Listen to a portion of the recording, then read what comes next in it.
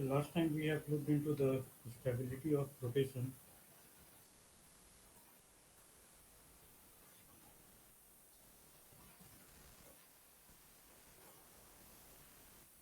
about minor and major axis.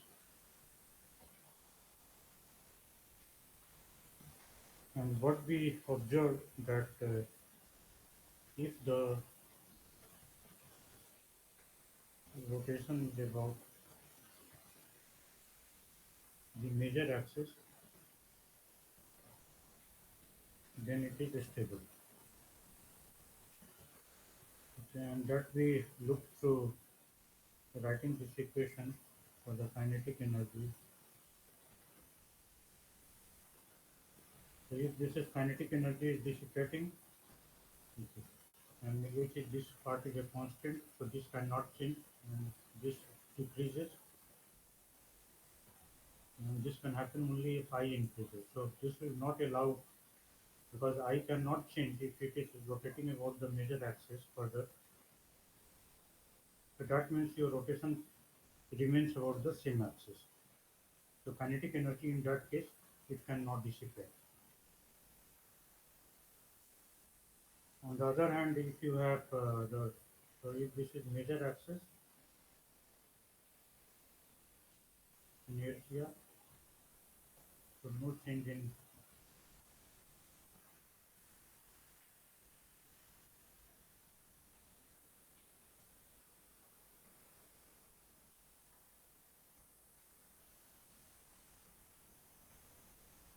major axis. Otherwise, it will change. If it is minor axis, so if we have I as the minor axis, I if about minor axis, so in that case, if your T is decreasing, so obviously I can then increase from minor axis to major axis and increase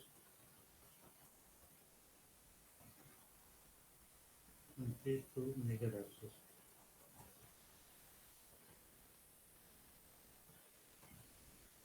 And hence,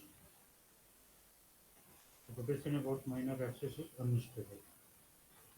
So we will look at this issue from other point of view. The rotation about minor axis is unstable.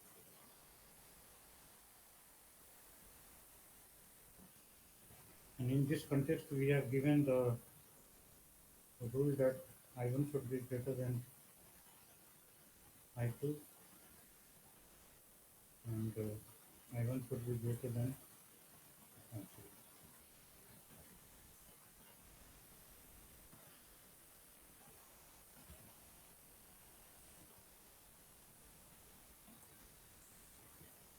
Rotation about I1 axis. So here this is acting like a major axis,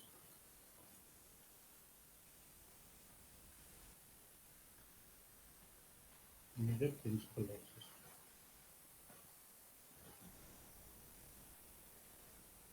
So this was one of the things we have derived, and if I2 is greater than I1 and I3 greater than I1, then the rotation happens about the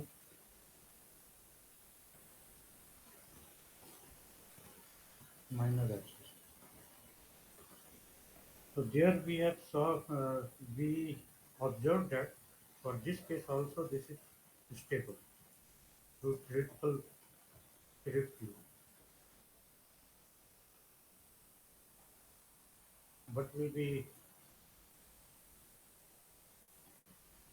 stable, uh,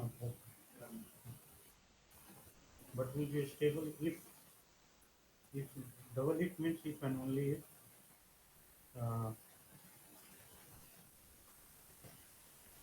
no kinetic energy dissipation takes place.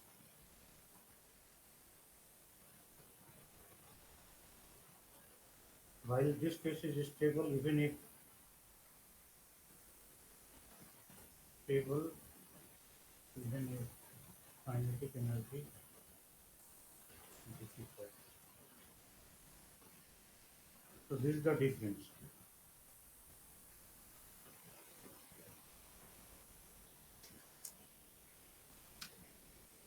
So we have reduced the equation of motion to the higher form, but we did it through geometry.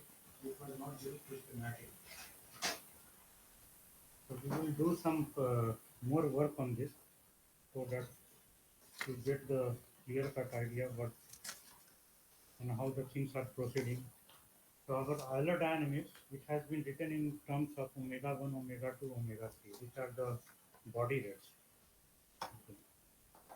And if you see something like sometimes you might have seen in some orchestra or some program, some light is rotating. Okay, so how it's rotating, it becomes if you sit on the light and then look into that, omega 1, omega 2, omega 3 does not have much physical visualization. If you see from outside, then you can see how it's rotating. So basically, the rotation about all the axes, and it may be turning in very peculiar way. So if you have to look into the behavior of the rigid body, how it's rotating, then you have to really uh, go into the Euler angles description and look through that how the body is rotating, what is happening to this. Then you will get a physical picture. So omega 1, omega 2, omega 3, you cannot get a physical picture.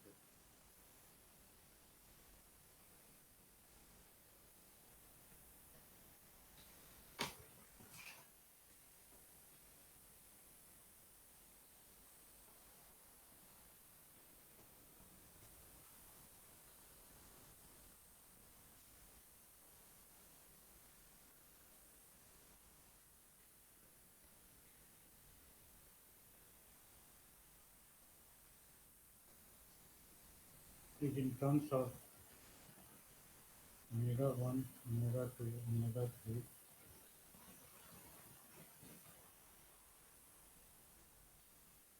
which do not represent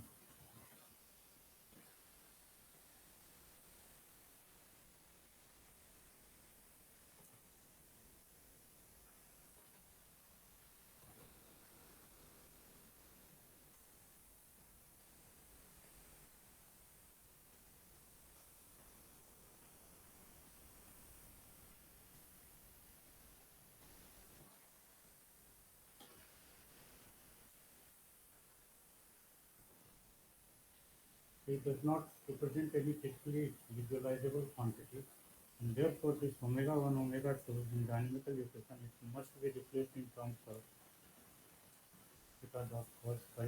The last time we have been discussing. Remember the sequence in which you take the rotation, so it will change the description of omega 1. And this we have chosen for 313. Any other rotation, this relation I am writing here, this will change. The rotation sequence is very important.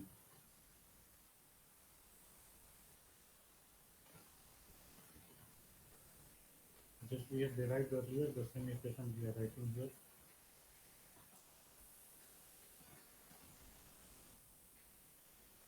So these are the three dynamical equations, and this needs to be inserted in this equation I dot plus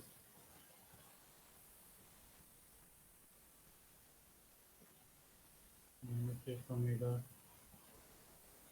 I omega equal to torque acting on the system.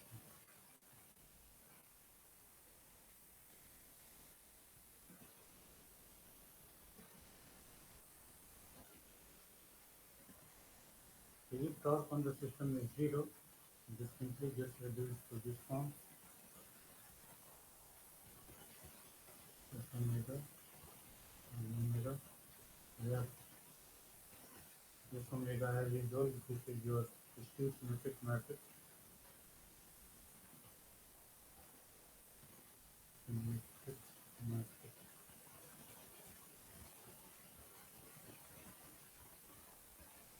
So if we substitute this in the Euler dynamical equation, this is your Euler dynamical equation, and here you replace this omega by this quantity here and omega dot by differentiating this and inserting this, then that gives you the Euler dynamical equation in terms of Euler angle. You can immediately see that how complex it will be. So for few simple cases, Euler dynamical equation in terms of Euler angle is a workable. But if you look at for a generalized solution, so you cannot get it.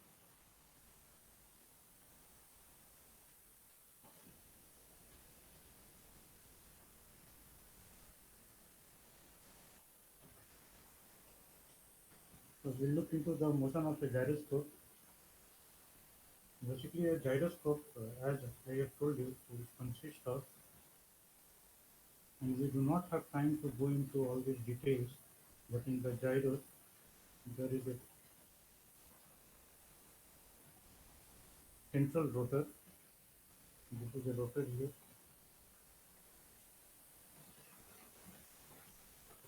and there is a bearing here in this case, and let's say a motor is attached here. A motor is here, this is a motor, which will be rotating. But say if there is no motor and only one rotor is there and no motor, and this is the bearing, and it's a left to rotate on its own. But it's a rotating and then it's a left. I can put one more ring here.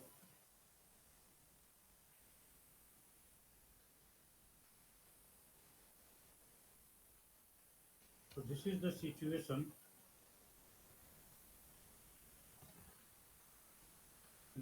So this is the gyros double gimbal.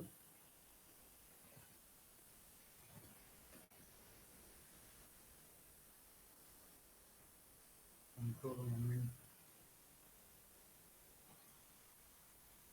gyroscope. Within short, it's written as right. Okay, so this is rotating on this axis. And capital omega is the rotation rate here. So anything which is rotating, you know that it's an angular and it's a free from external torque. So angular momentum will point in a particular direction. Whatever this angular momentum vector is initially, it will remain along the same direction. So this is a constant. If it is free from external torque.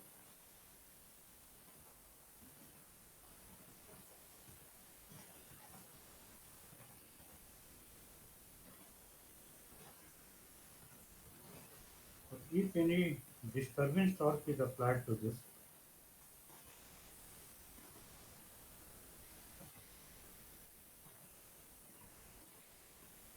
so say about this axis, some disturbance torque is applied so that this rotates from this place to this place. So this will be delta H. And if this angle is delta theta, so delta H will be delta theta times H. The magnitude of H is not changing. So it's continuously rotating on that axis.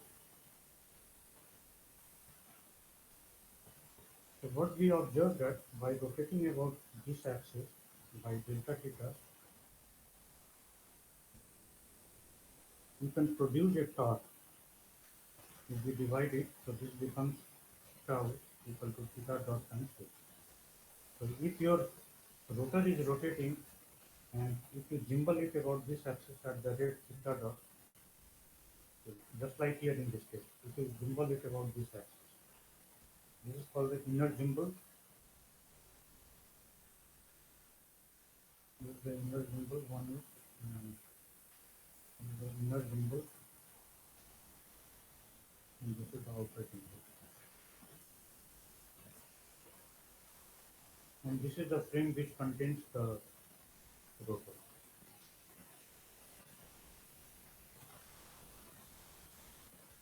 So if you have this frame here,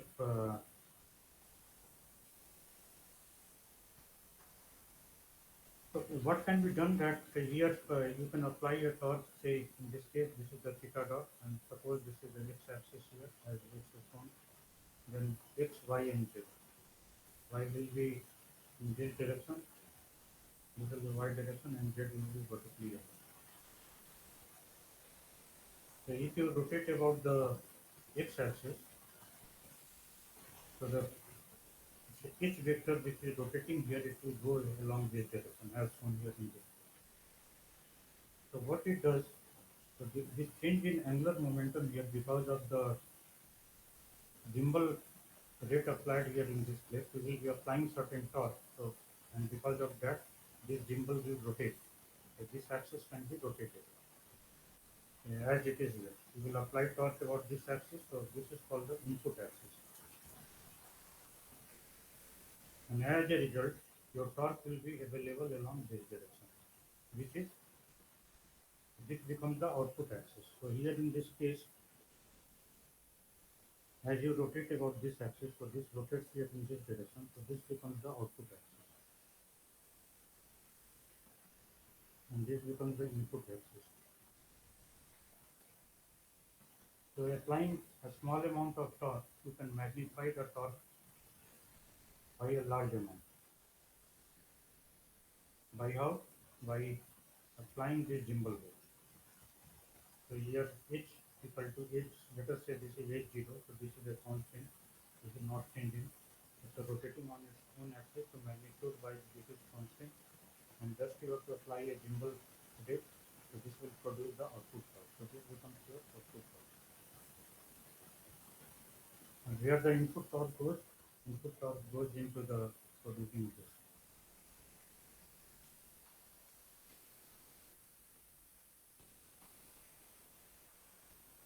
So this kind of device is fixed on the satellite, and if you fix this device on the satellite, say if, this is the frame here,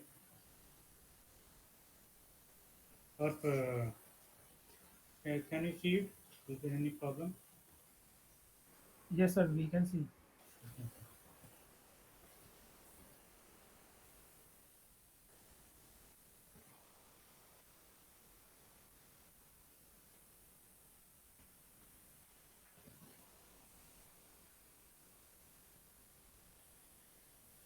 So here instead of say writing this as the inner gimbal, I will write this as the inner gimbal. This is the frame, and this is the outer gimbal. And outer gimbal is when this is say the satellite body. Satellite body. So satellite body, in this satellite body, this axis is here, this axis is here. So about this axis, this frame can rotate. This is the outer frame. Let us mark this as 1, and this is the inner frame 2, and this is the rotor. The inner frame can rotate about this axis, and the outer frame can rotate about this axis. So if your satellite gets disturbed, okay, and because your angular momentum vector, say the you apply torque to the satellite body, external torque. Okay. So what will happen to your control moment gyro here? This can be used both as controlling device and the angle measuring device. Angular rate, also angle and angular rate measuring device. And if you want to read, because we are not going to discuss all those issues, so if you want to read, you can refer to the book by M.H. Kaplan.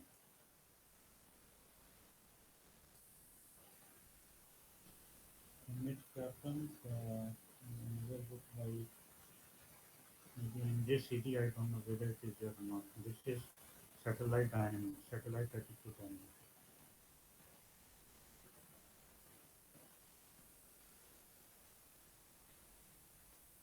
And soft copy of one book on control movement devices is available freely because somebody might have uploaded on the internet. So if you download that, so there you will get a complete description of the single gimbal control movement gyros and double gimbal control movement gyros.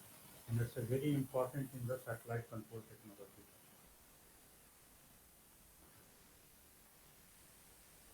So what we were discussing that if you have the control movement gyros attached to the fixed in the satellite body. So we have the satellite body, let us say this is the satellite body, and inside that your control movement gyros is fixed. So this is the outer gimbal, and then we have one inner gimbal, and to this there is a rotor is attached. So if there is external torque acting on the satellite, okay, so by the rule of conservation of angular momentum, there is no torque applied to this. See, so once you, let us say that you rotate this about this axis, the satellite. Currently it is in this format. Okay, so what will happen here? If this rotates and this bearing is free to rotate, okay, so because assuming that there is no friction acting here, no friction here in this place, so this frame will retain its position. Moreover, this is the rotor here. So until unless you apply a torque about this axis, this rotor cannot rotate. Okay, it cannot change. This frame will not change its direction because of the conservation of angular momentum principle. Until unless there is a torque acting on this, this is not going to rotate. So therefore, the torque is required about this axis to rotate the gyro. So whatever the position it is there, it will remain in the same position. The outer body can rotate, but this will remain in the same position. So this principle is used for measuring the angular displacement and angular rate of the satellite. So how to measure this? And suppose this starts rotating about this axis by psi dot. So how to know that this is rotating about psi dot and the psi the displacement has taken place? So this can be done using the control moment gyros, which description you will find in the image Kaplan book that I have written on the previous page.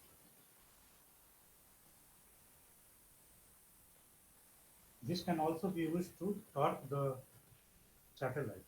So this acts as a then non-inertial control device, non-inertial torquing device.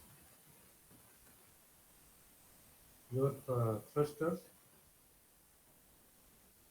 then magnetic torquers,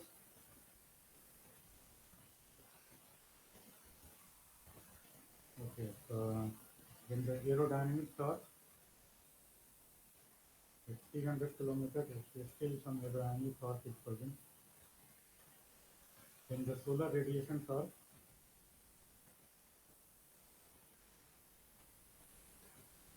they fall under the category of the inertial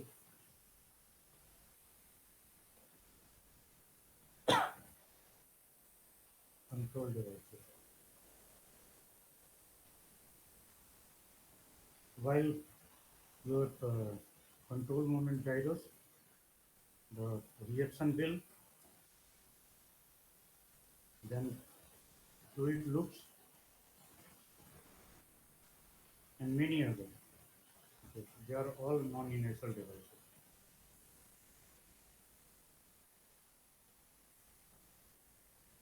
Why this is told so? That like, if you have a satellite here, and if you have a control movement gyros fixed inside, like the CNG here,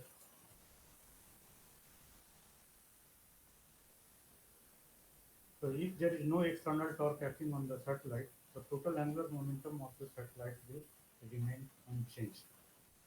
You can change the orientation of the satellite using the control moment gyros, but the total angular momentum cannot change. Just because of this principle, dh by dt equal to tau. So if tau equal to 0, that means it is a constant. It cannot change. So for that you require some external disturbances. That disturbance can arise from because of the thruster misfiring, because of the magnetic torque. You have the current carrying coils on board the satellite. There are many circuits.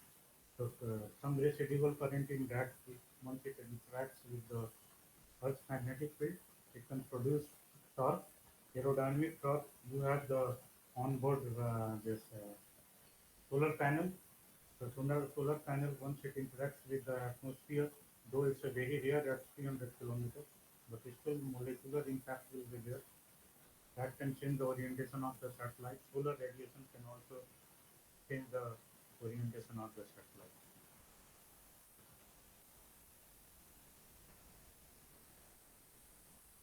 While all this will cannot change, orientation changes means here the angular momentum changes. Angular momentum changes.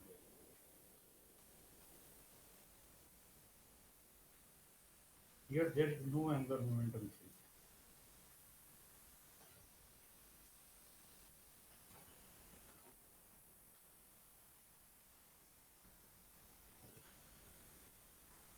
So by operating this control moment gyros over a period of time, it so happens that it gets saturated. Means no longer say you have only one double gimbal variable speed control moment gyros, and it can get into the gimbal lock position. What the position I have shown here, this is called the gimbal lock.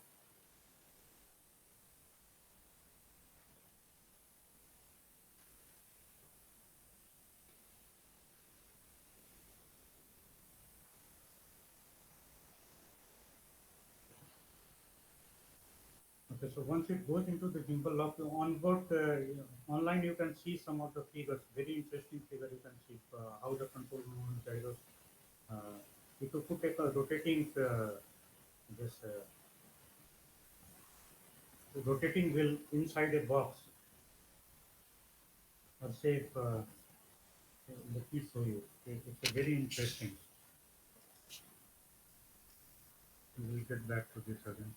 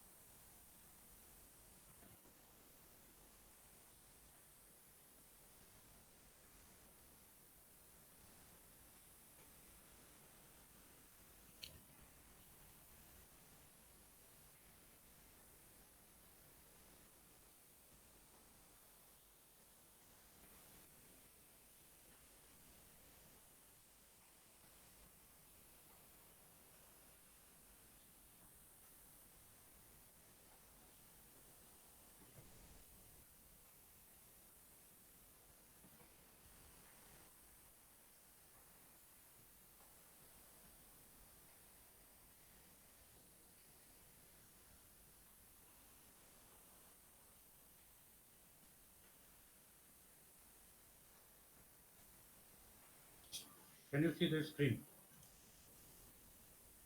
Yes, sir. Okay, just have a look of this.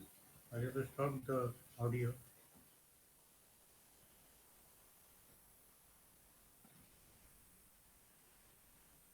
You can search yourself and you will find a number of videos related to this.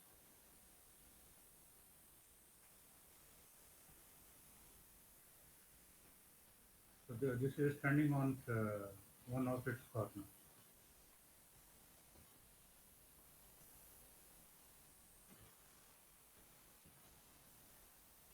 So you can do very fine balance. You can rotate it. You can now it is being disturbed. You see that it's maintaining its direction. So just because that flywheel or the rotor, you see,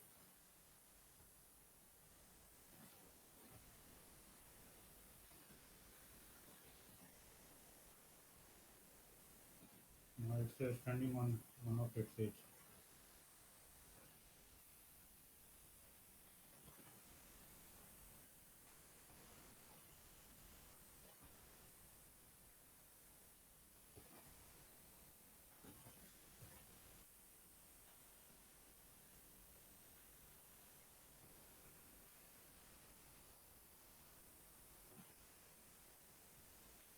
It's a wide application of control movement gyros, and it forms a major part of your satellite control technology.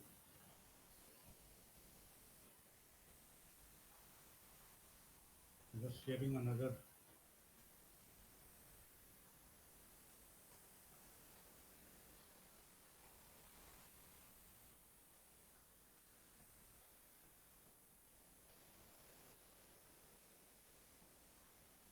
Okay, you can look for this yourself.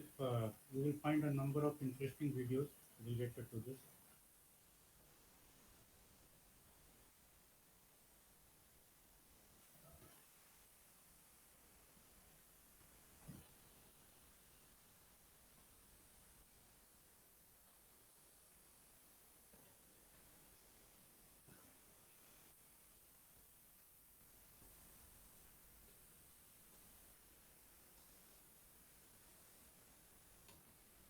So your control movement gyros, it's used in big ships. You have propeller on board the ship. You have Nimitz, all these lakhs of tons heavy aircraft carrier. So if you look into all of them, so they are stabilized for their roll, pitch, and yaw. Propeller is there. Propeller will drive it forward or whatever, but it requires stabilization. So there you will find that their gyroscope is a one room big.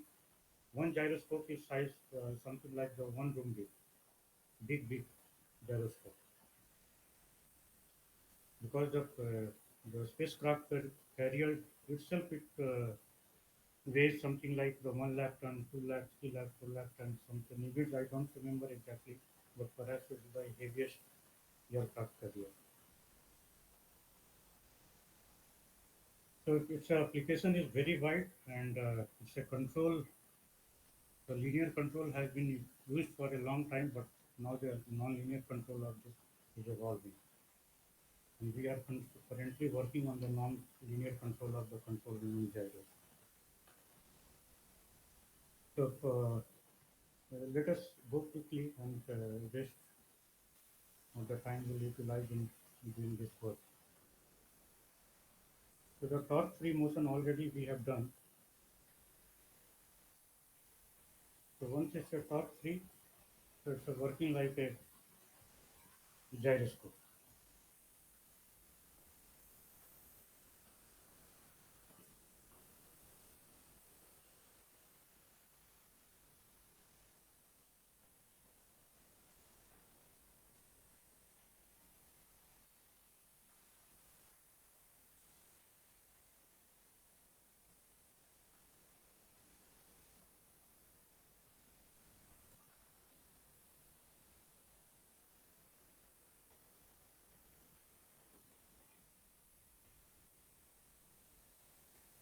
So H0 direction is fixed. So let H0 point along. You can write this as H0 times P3 cap. We have done it earlier. So same way we are writing here.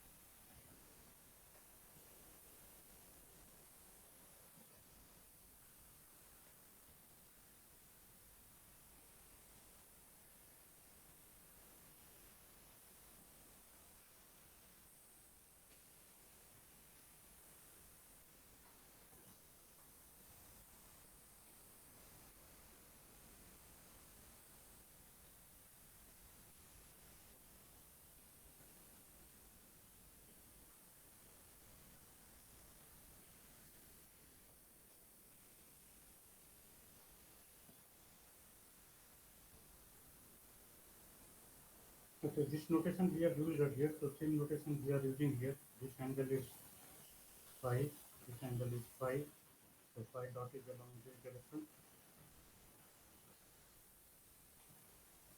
So E3 cap can be written in terms of E1, E2, the last time we have worked out. So sin theta, sin phi, and E1 cap.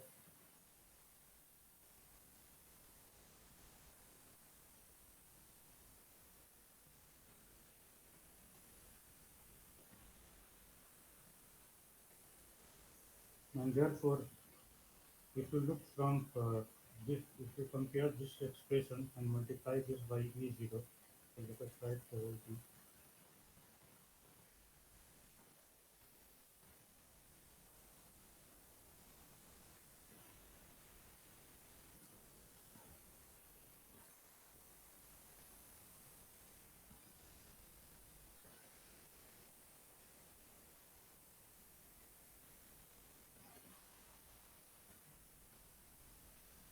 So this implies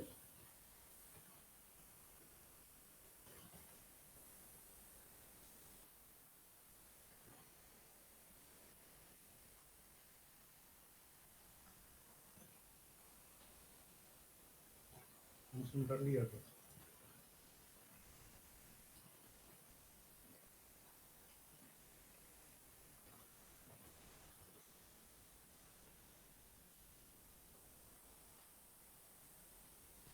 So H1, H2, H3.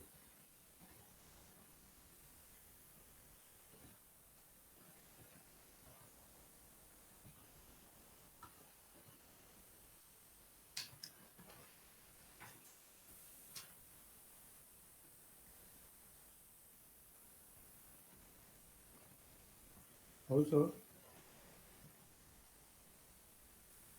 H1 equal to I1 times omega 1 because we have the H equal to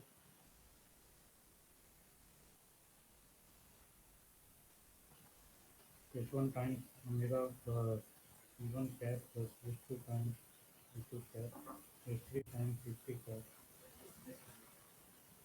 Okay,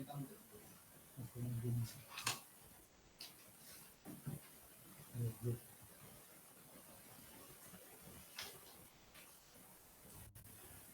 And if the rotation is taking place about the off diagonal terms are 0, so this gets simplified and we write this as E1 cap I2.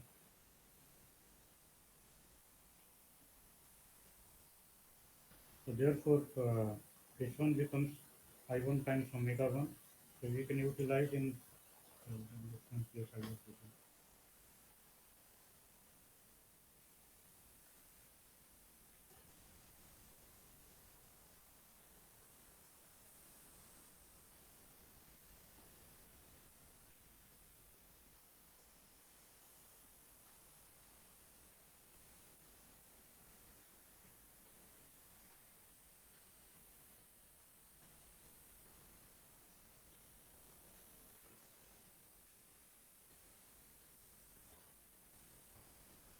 Okay, so what we are writing that H0, this is I1 times omega 1 E1 cap, I2 times omega 2 E2 cap, plus M3 times omega 3 E3 cap. So using this, then the previous equation can be written as H1 equal to I1 omega 1 H0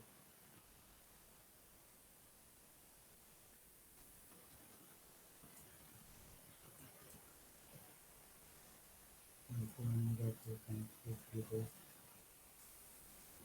sin theta times cos phi.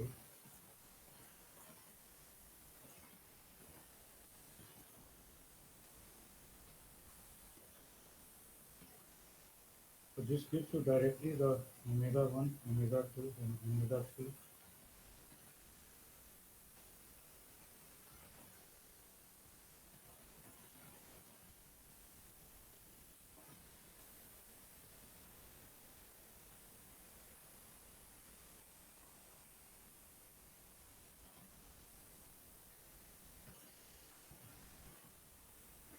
So in this format, replacing your omega 1, omega 2, omega 3 is a simpler.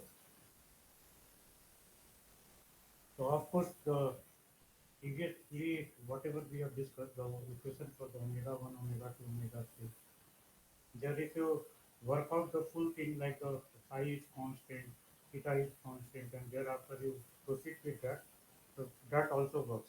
That we have already done. If you are not assuming this phi dot equal to 0 and theta dot equal to 0, if you have not derived those things, so you can proceed in this way.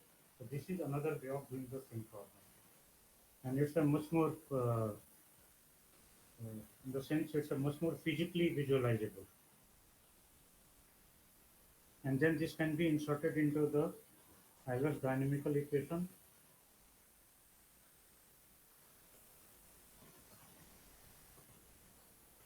This is torque free motion.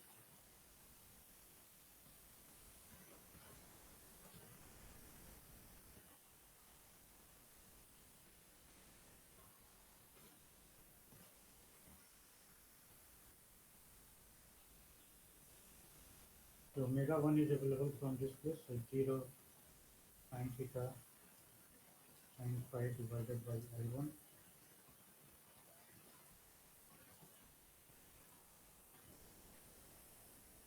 Omega 2, omega 3, this multiplied together, this is H0 square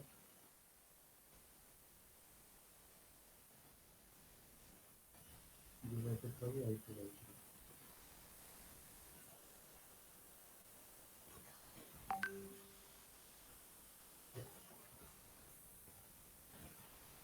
Similarly, you can write for the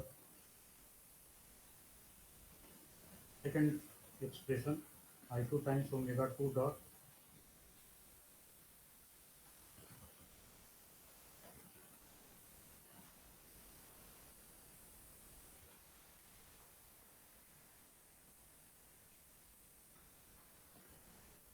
In this context, one interesting thing I would like to tell at this stage. Say if you have some 50 kg, uh, 50 kg or 70 kg wheel, and it's on one axis, and there is a bearing attached. Here, like this is a wheel of say 50 kg, and it is kept here, and there is a bearing here in this place, and this wheel is rotating at very high speed, say 3000 rpm or 5000 rpm.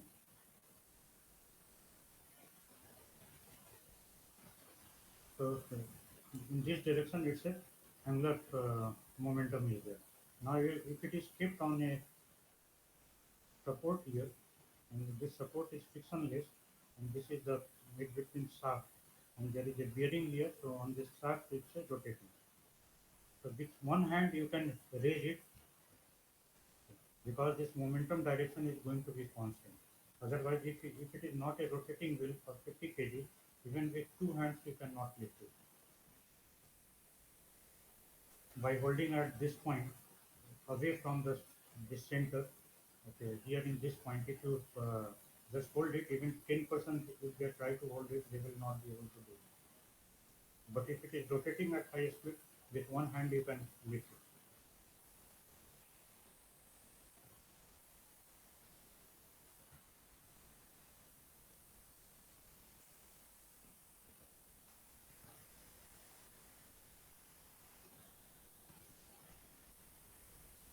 So the way we have written the above equation, this equation is also written.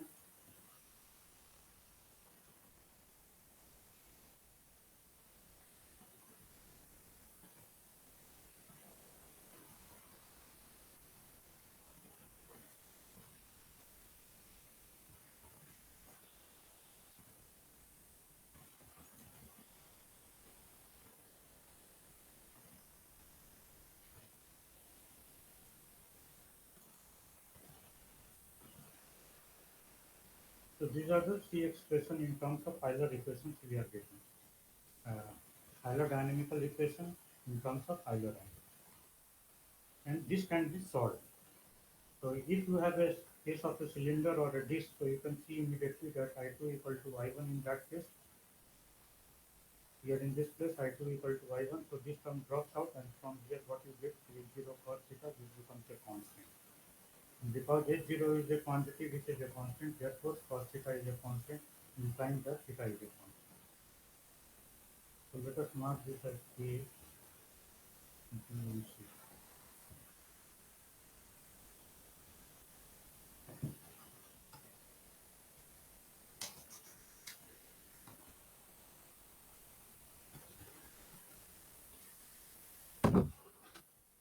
So from equation C is the case of disk or cylinder, then I1 equal to I2 not equal to I3. So in that case, from equation C it becomes d by dt H0 cos theta divided by Y3 is equal to 0, implying H0 cos theta constant. Because this quantity is constant, and therefore this implies cos theta is a constant and theta is a constant. So the nutation angle it remains constant. So theta, let us say cos theta 0.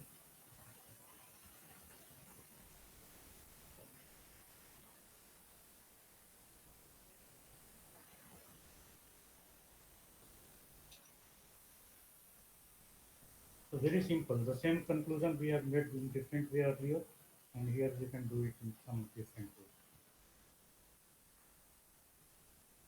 So from equation D, then we will have I2 times d by dt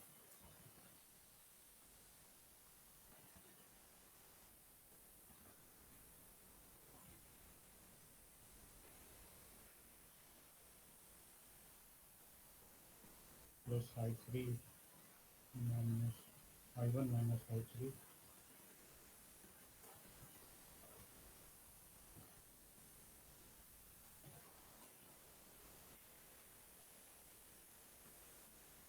is equal to 0. Theta is a constant from this place, and therefore this can be taken out, and this gives us H0 can also be I2 cancels out, so we can eliminate it. H0 sin theta times sin phi times phi dot gives a minus sign, and plus I1 minus I3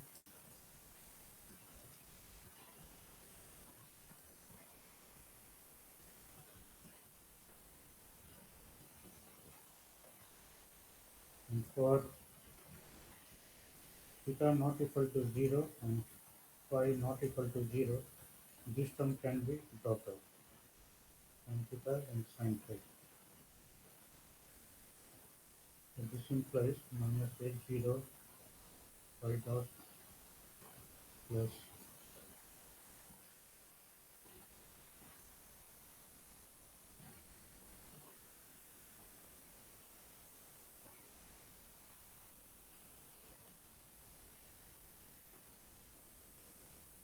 and therefore from here we get phi dot equal to I1 minus I3 divided by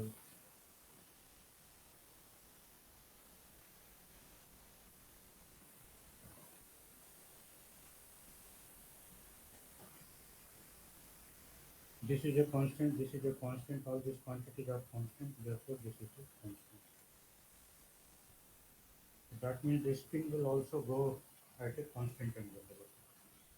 There is a difference between the omega 1, omega 2, omega 3 and psi theta phi, remember. Though the omega 3 is along the E3 axis and phi dot is also along the E3 axis, but omega 3 and phi dot they are not the same. They are different. We have written omega 3 equal to phi dot plus phi dot cos theta.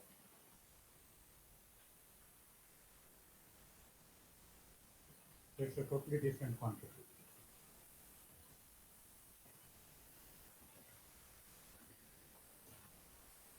Okay, so whatever the conclusion we made earlier, so all those conclusions, but more than that, we can derive from this book. So we continue in the next class and work out this whole thing and look for something more, some other details also. But I will suggest you to look into the online video on control movement gyros, rotating disc. A lot of things to do in this area. And still, it's not fully developed. Still, the people are working.